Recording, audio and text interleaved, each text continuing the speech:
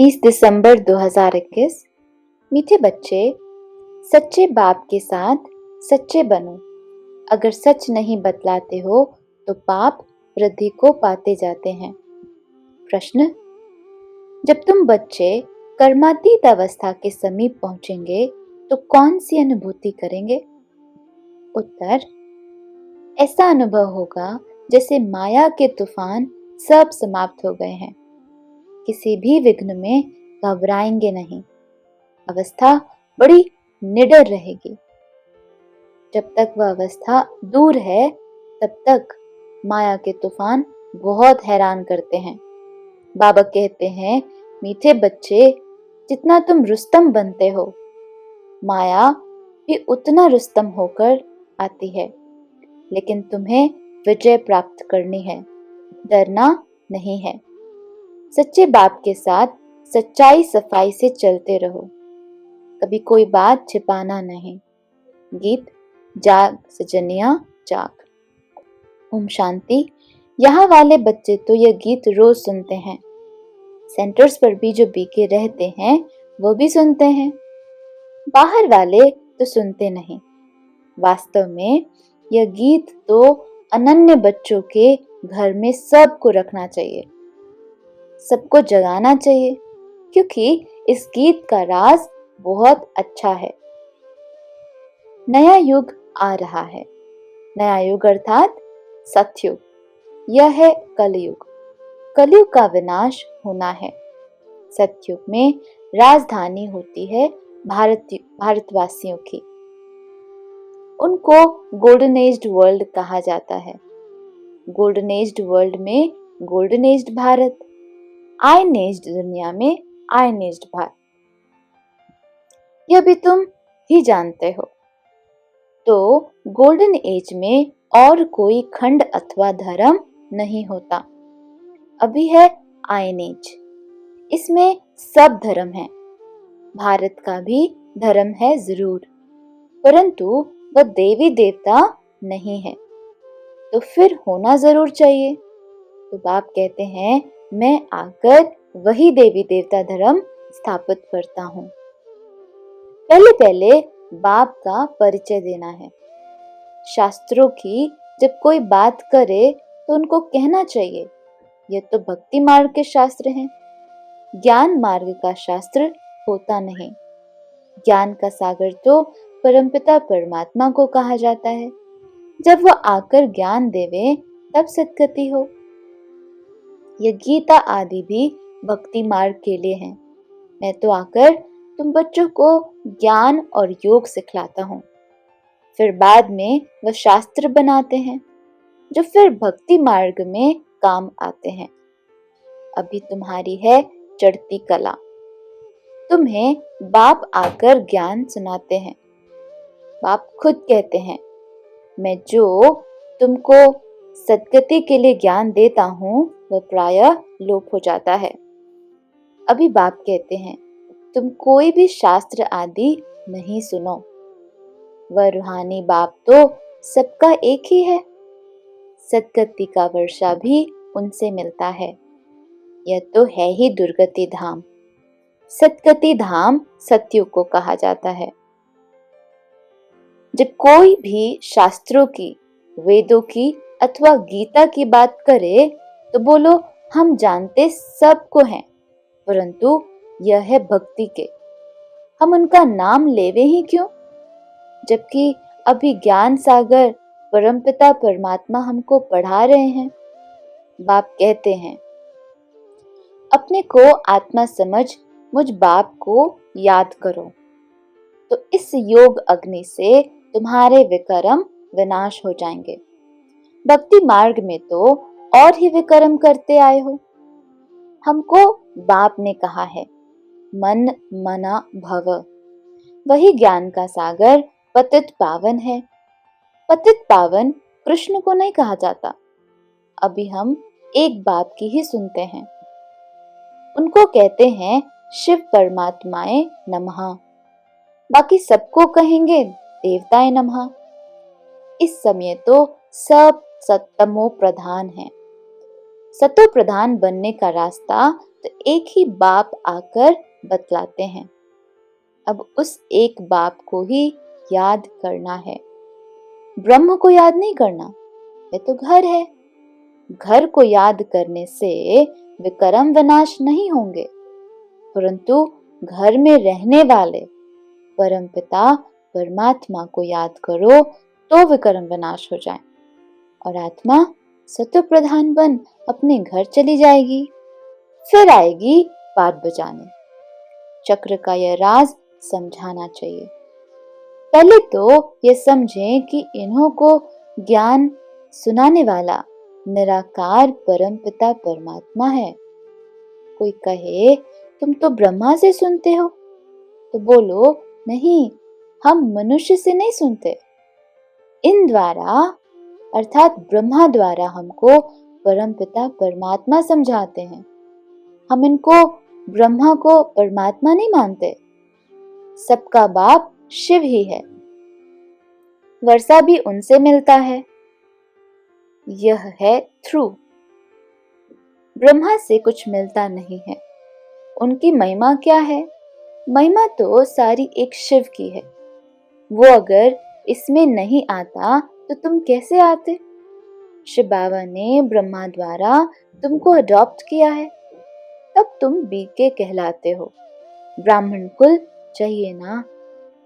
कोई मनुष्य अथवा शास्त्र आदि मुक्ति जीवन मुक्ति का रास्ता बता न सके। निराकार परम पिता परमात्मा सद्गति दाता ही रास्ता बताते हैं। बहुत बातें नहीं करनी चाहिए, फट से कहना चाहिए। हमने जन्म जन्मांतर भक्ति की है, अब हमको बाप कहते हैं।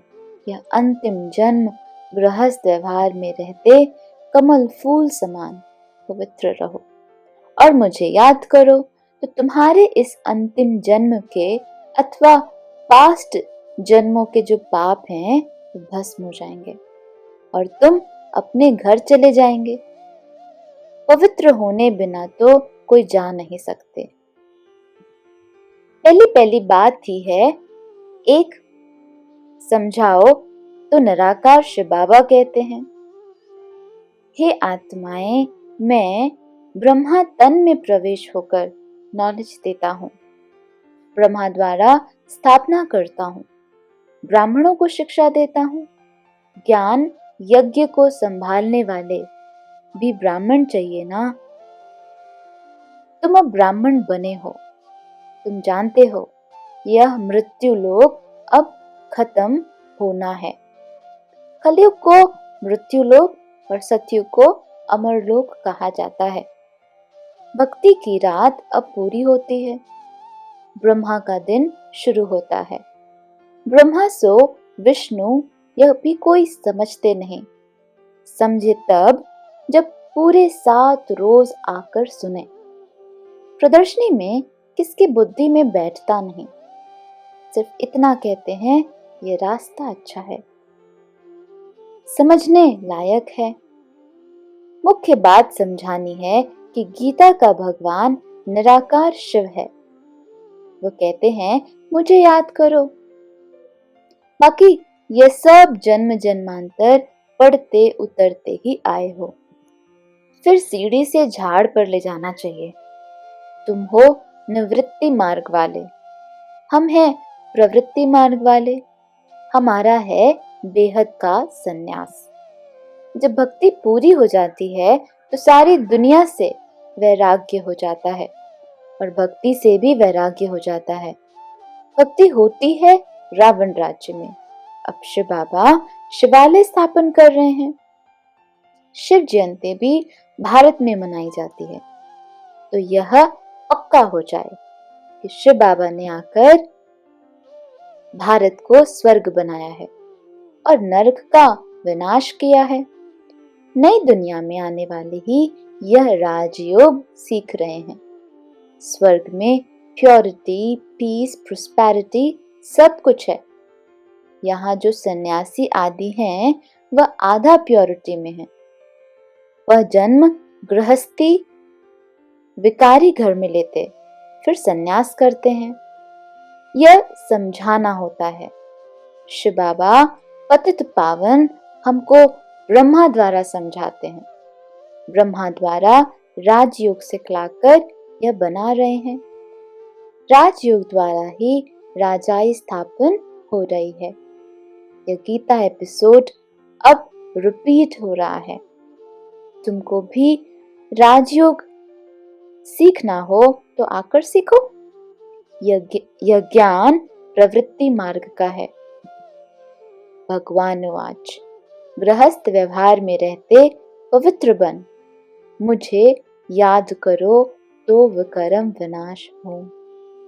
और कोई उपाय ही नहीं है पावन बनने का। थोड़ी बात करनी चाहिए, मूंझना नहीं चाहिए। बाबा ने समझाया है, रात को बैठ विचार करो। आज के सारे दिन में जो पास्ट हुआ, जो सर्विस होनी थी, ड्रामा प्लान अनुसार हुआ। पुरुषार्थ तो चलना है ना।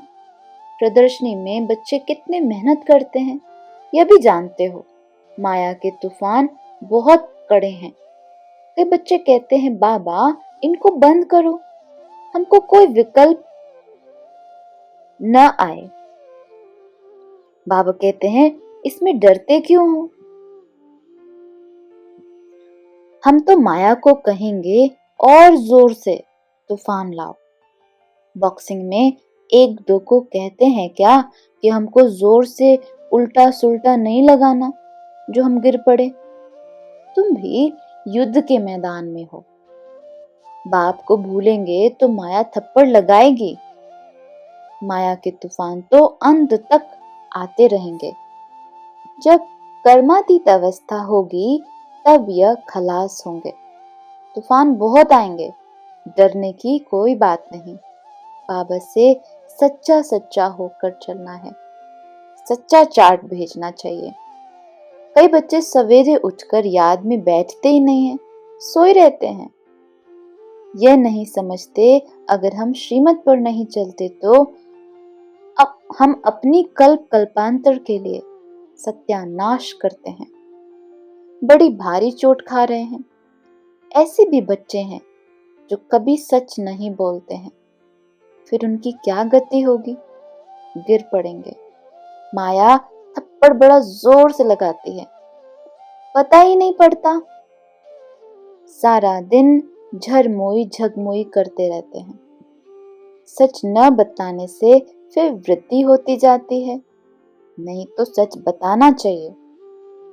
आज यह भूल की, झूठ बोला। अगर सच नहीं बताएंगे तो वृद्धि होती जाएगी। फिर कब सच्चे नहीं बनेंगे? बतलाना चाहिए, हमने यह डिससर्विस की, हमको क्षमा करना। सच न बतलाने से फिर दिल पर चढ़ते नहीं। सच्चाई खींचती है। बच्चे खुद भी जानते हैं कौन कौन अच्छी सर्विस करते हैं। अच्छे अच्छे बच्चे बहुत थोड़े हैं। चाहता हूँ गांवड़ों में भी अच्छी अच्छी बच्चियों को भेज दूं, तो सब खुश होंगे। बाबा ने हमारे पास बंबई की हेड, कलकत्ते की हेड भेजी है। कोई भी मिले तो उनको सीधी बात सुनानी है कि पतित पावन परमपिता परमात्मा संगम पर आकर यह महामंत्र देते हैं कि माम एकम याद करो। राजयोग तो बाबा तुमको ही सिखलाते हैं। तुम्हारा काम है औरों को भी रास्ता दिखलाना। बच्चे कहते हैं, कलकत्ते ले चलो। अब बाबा बच्चों के बिना कोई से बात कर न सके। फिर कहेंगे, यह तो कोई से मिलते नहीं हैं, हम कैसे समझे तो यह कौन है? क्योंकि उन्हों की तो है भक्ति की बातें। आत्माओं का बाप कौन है यह तो कोई बता ही नहीं सकते। शिव बाबा तो आते ही भारत में हैं। ऐसी ऐसी बातें समझाने में घंटा लग जाए। बाबा तो कोई से मिलता नहीं, बच्चों को ही माथा मारना होता है। यहाँ भी देखो बच्चों के साथ कितनी मेहनत करनी पड़ती है। सुधारने के लिए। बाबा को सच्चा समाचार कोई देते नहीं।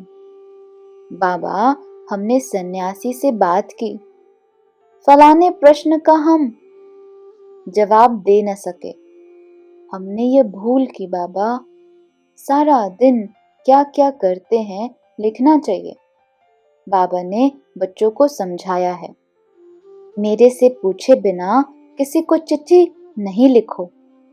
बाबा से पूछेंगे तो बाबा ऐसी मत देंगे जिससे किसका कल्याण हो जाए। बाबा के पास लिखकर भेज दो तो बाबा करेक्ट कर दें। बाबा तो युक्ति बताएंगे ना। देही अभिमानी होकर लिखेंगे तो वह पढ़कर गदगद हो जाएंगे। शिक्षा तो बहुत अच्छी दी जाती है। तुम्हारी एम ऑब्जेक्ट है लक्ष्मी नारायण बनने की। ये तुम्हारा बाप, टीचर, गुरु, भाई आदि सब कुछ है। हर बात में राय देते रहेंगे, फिर जवाबदारी तुमसे उतर जाएगी, क्योंकि श्रीमत पर चले ना।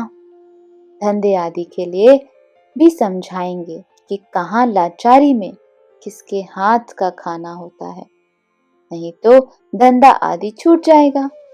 चाय नहीं पी तो मिनिस्टर उठ जाएगा। तो युक्ति से कहना चाहिए, हम चाय इस समय नहीं पीते, हमको तकलीफ हो जाएगी। अच्छा, कहाँ शादी मुरादी है, नहीं जाएंगे तो नाराज हो जाएंगे। तो बाबा कहेंगे ऐसे ऐसे करो, सब युक्तियां बताएंगे। अच्छा, मीठे मीठे सिक्के लदे बच्चों प्रति माता पिता बाप दादा का याद प्यार और गुड मॉर्निंग। रूहानी बाप की रूहानी बच्चों को नमस्ते।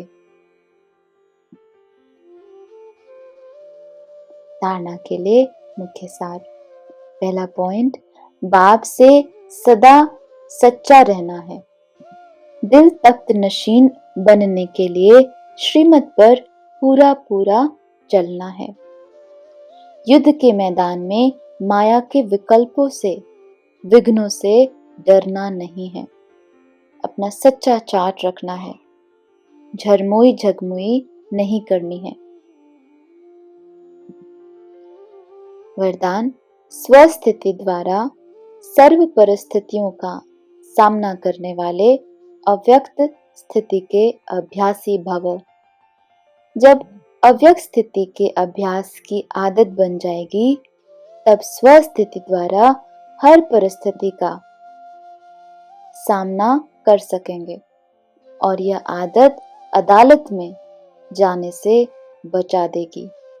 इसलिए इस अभ्यास को जब नेचुरल और नेचर बनाओ तब नेचुरल कैलामिटीज हो, क्योंकि जब सामना करने वाले स्वस्थिति से हर परिस्थिति को पार करने की शक्ति धारण कर लेंगे, तब पर्दा खुलेगा। इसके लिए पुरानी आदतों से, पुराने संस्कारों से, पुरानी बातों से पूरा वैराग्य चाहिए।